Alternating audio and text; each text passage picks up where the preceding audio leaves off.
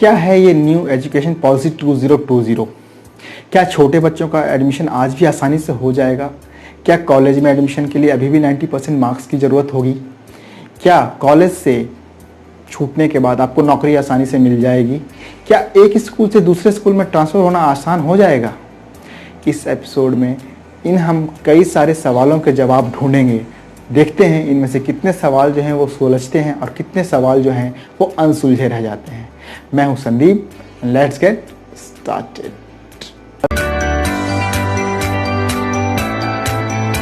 पहले जान लेते हैं कि बदलाव कब कब आया। पहला बदलाव जो आया वो आया 1968 में, दूसरा बदलाव जो आया वो आया 1986 में, तीसरा लेकिन छोटा बदलाव जो आया वो आया आपका 1992 में, चौथा सबसे बड़ा बदलाव अभी NEP 2020 के रूप में 34 साल के बाद आया है। श्री कस्तूरी रंजन जी जो कि इसरो के पूर्व वैज्ञानिक रह चुके हैं, उनके नेतृत्व में इसे शामिल किया गया है। सत्र 2022-23 तक इसके लागू हो जाने की संभावना है। 10+2 का पैटर्न पहले फॉलो किया जाता था, यानी पहले 10th का बोर्ड और फिर 12th का बोर्ड। अब इस पैटर्न को 5+3+3+4 में फॉर्मुलेट कर दिया गया है। 10+2 का तात्पर्य क्या था? इसका मतलब ये था कि अगर आप आर्ट्स के स्टूडेंट हैं तो हिस्ट्री, ज्योग्राफी, इंग्लिश की पढ़ाई करेंगे। अगर आप साइंस के स्टूडेंट हैं तो PCM, बायो ले सकते हैं। अगर आप आर्ट्स के स्टूडेंट हैं तो आपको बिजनेस स्टडीज़, इकोनॉमिक्स और अकाउंट्स की पढ़ाई करनी पड़ेगी। यानी कि अगर कोई आर्ट्स के स्टूडेंट ये चाहता था कि वो अगर फिजिक्स का सब्जेक्ट लेके आगे बढ़े तो ये पॉसिबल नहीं था। अगर कॉमर्स का स्टूडेंट ये चाहता था कि वो एक हिस्ट्री का सब्जेक्ट भी इंक्लूड कर ले, ये भी पॉसिबल नहीं था। और अगर साइंस का स्टूडेंट ये चाहता था कि मैं कॉमर्स या आर्ट्स में से किसी एक सब्जेक्ट को चुन लूँ तो वो भी पॉसिबल नहीं था। लेकिन NEP 2020 में ये 100% पॉसिबल है। तो आइए और विस्तार से जानते हैं NEP 2020 को। पहला अपना प्राइमरी स्टेज हो गया, यानी कि 5+3+3+4 के पैटर्न में 5 प्री नर्सरी टू क्लास आपका 2, यानी कि nursery, LKG, UKG, class 1, class 2। इसे आप फाउंडेशन स्टेज भी कह सकते हैं। इसमें बेनिफिट क्या है? पहले क्या था, बच्चों को इसी क्लास से जो है आपके काफ़ी सारे बैग उनके पीठ पे लाद दिया जाता था। इससे उन्हें छुटकारा मिल जाएगा।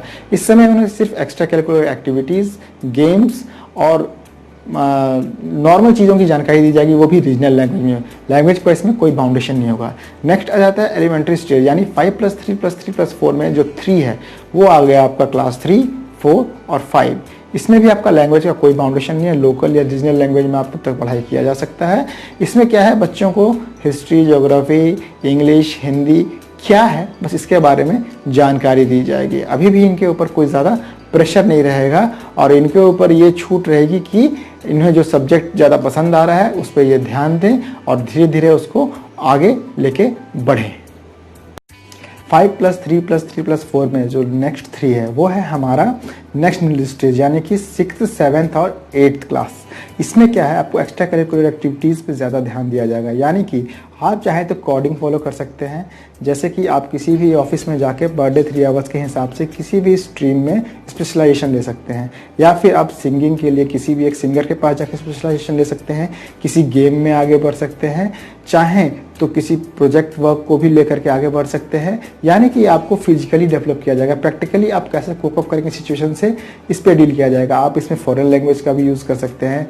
जैसे आपको समर वेकेशंस में वेकेशंस मिलते हैं, ठीक इसके लिए भी वोकेशनल कैंपिंग होगी और आपको इसके लिए टाइम दिया जाएगा और इसके हिसाब से आपको मार्किंग भी दी जाएगी। यानी कि आपको अपने दिमाग को पूरा ब्रॉड करने का ऑप्शन दिया जाएगा, आपको स्किल अपना डेवलप करने का पूरा ऑप्शन दिया जाएगा। ऐसा नहीं है कि आपको एक सिंगल लिमिटेड चीज़ के लिए छोड़ दिया जाएगा कि नहीं आप सिर्फ सब्जेक्ट्स में ही स्पेशलाइजेशन लीजिए। नहीं, आप अदर देन जो भी आपका जिसमें आपको ज़्यादा मज़ा आता है, जिस फील्ड में आप चाहते हैं कि आप आगे बढ़ सकें, उस फील्ड में आगे बढ़ने का आपको पूरा मौका दिया जाएगा। यानी कि फ्यूचरिस्टिक गोल को इसमें इंक्लूड किया गया है।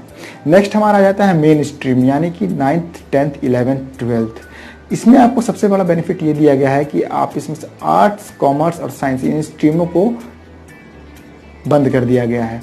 आप चाहें तो आपको जो भी सब्जेक्ट आपको पसंद है आप उस सब्जेक्ट को कैरी ऑन कर सकते हैं। ऐसा है कि आप आर्ट से कुछ, साइंस से कुछ और कॉमर्स से कुछ ले सकते हैं। लेकिन हाँ, इसके लिए हो सकता है कि 3-4 तरह के आपको ऑप्शन दिया जाएगा कि इस ऑप्शन में से आप चुन लीजिए। इसमें आपके सारे ऑप्शन अवेलेबल होंगे।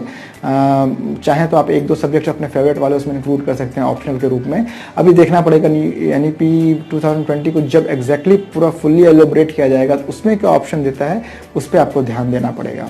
साथ के साथ में जो आपके एग्जामिनेशन थे जो आपके एनुअली होते थे उसको अब सेमेस्टर वाइज कर दिया गया है। यानी कि अब ऐसा नहीं है कि अब 10 दिन पहले पढ़िए, पूरे साल मत पढ़िए, 10 दिन पहले पढ़िए एग्जाम क्लिक करिए, नहीं ऐसा नहीं है। आपको क्या है, हर 6 मंथ्स में आपको एग्जाम क्लियर करना पड़ेगा। बस ये है कि अब आपको स्पेसिफिक ऐसा नहीं है कि ज़बरदस्ती आर्ट्स पढ़ाया जाएगा या ज़बरदस्ती कॉमर्स पढ़ाया जाएगा। What ever you feel like, जिस फील्ड में आपको अच्छा लगे आप उस फील्ड को चुन के आगे बढ़ सकते हैं। यूनिवर्सिटी के लिए भी ये ऑप्शन दे दिया गया है कि अब उनको ओपन भी रखना पड़ेगा और रेगुलर भी कोर्स कराना पड़ेगा। और इसमें सबसे अच्छा ऑप्शन ये दिया गया है कि अगर आप फर्स्ट ईयर कंप्लीट करते हैं तो आपको सर्टिफिकेट, सेकंड ईयर कंप्लीट करते हैं तो डिप्लोमा, थर्ड ईयर कंप्लीट करते हैं तो डिग्री, और फोर्थ ईयर अगर कंप्लीट करते हैं तो डिग्री विद स्पेशलाइजेशन। ये चारों फैसिलिटी दे गए, यानी कि ड्रॉप फैसिलिटी को खत्म कर दिया गया है। ऐसा नहीं है कि आपने एक साल मिस कर दिया तो आप ड्रॉप आउट काउंट होंगे, नहीं। तब आपको ये बोला जाएगा कि आपने सर्टिफिकेट कोर्स किया है और अब आप डिप्लोमा या डिग्री कर सकते हैं या फिर स्पेशलाइजेशन कर सकते हैं। यानी कि अब आपको कोई ड्रॉप आउट करके ये नहीं बोलेगा कि बंदा ये ड्रॉप आउट है। आप चाहें तो जहाँ से आप छोड़े हैं दूसरी यूनिवर्सिटी में भी जा सकते हैं और वहाँ से उस अपने स्टडी को कंटिन्यू कर सकते हैं। चाहे तो वो गैप भी हो जाए तो भी कोई इशू नहीं है। तो आ जाते हैं अपने सवाल के ऊपर कि क्या छोटे बच्चों का एडमिशन होना आसान हो जाएगा। मेरे ख्याल से सरकार प्रयास कर रही है कि बच्चा जैसे ही 3 साल को हो वो स्कूल में आ जाए, उसके ऊपर बस्ते का भी लोड नहीं डाल रहे हैं। तो सरकार ज़रूर चाहती है कि सब किसी का एडमिशन आसानी से हो जाए। तो मेरे ख्याल से छोटे बच्चों का एडमिशन अब आसानी से हो जाया करेगा। दूसरा सवाल ये था कि क्या कॉलेजों में दाखिला अभी भी 90% पे ही डिपेंड करेगा। तो मुझे ऐसा लगता है कि चूंकि अब ऑप्शन आपके पास बढ़ गया है, क्योंकि आप चाहें तो आप किसी एक यूनिवर्सिटी से आप सर्टिफिकेट कोर्स कर सकते हैं, किसी दूसरे से डिप्लोमा कर सकते हैं, किसी तीसरे से आप डिग्री कोर्स कर सकते हैं। तो शायद अब उनके ऊपर इतना बाउंडेशन नहीं रहेगा कि इतना परसेंटेज वाले को ही लेंगे, क्योंकि कौन सा स्टूडेंट फर्स्ट ईयर में छोड़ेगा या कौन सा स्टूडेंट थर्ड ईयर कहीं और से करेगा ये उन्हें भी नहीं पता है। तो बेटर ये रहेगा कि जो भी स्टूडेंट आ रहे हैं उनका एडमिशन ले लिया जाए। तो मेरे ख्याल से 90% वाला क्राइटेरिया तो थोड़ा सा लो होगा।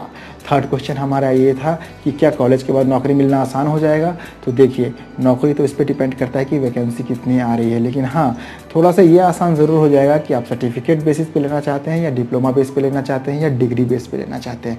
चौथे सवाल का जवाब कि क्या एक स्कूल से दूसरे स्कूल में ट्रांसफ़र होना आसान होगा। तो स्कूल टू स्कूल ट्रांसफ़र तो NEP के फुल्ली जब ये फॉर्मुलेट हो जाएगा तभी हम बता पाएंगे। लेकिन हाँ, यूनिवर्सिटी टू यूनिवर्सिटी ट्रांसफ़र होना इजी हो जाएगा, क्योंकि सेम वही चीज़ फिर यहाँ लागू हो जाएगा कि सर्टिफिकेट कोर्स आप कहीं भी कर सकते हैं और डिप्लोमा कोर्स कहीं भी कर सकते हैं, डिग्री कोर्स और डिग्री विद स्पेशलाइजेशन कहीं भी कर सकते हैं। तो जब ये फ्लेक्सिबिलिटी आपको दे दी गई है तो obviously university to university transfer easy हो जाएगा। स्कूल टू स्कूल का हम लोग अभी वेट करेंगे। NEP 2000 आपका जो 20 है ये 22, 23 यानी 2022 या 23 तक में लागू हो जाना चाहिए। उस टाइम हम इसे और क्लियरली बता पाएंगे। आशा करता हूँ वीडियो आपको पसंद आया होगा। अगर अच्छा लगा हो तो एक लाइक और एक सब्सक्राइब तो बनता है। बेल आइकन को हिट करना ना भूलें। गौतम बुद्ध का प्रकाश आपके जीवन पर सदैव यूं ही पड़ता रहे। नेक्स्ट वीडियो तक के लिए नमस्कार।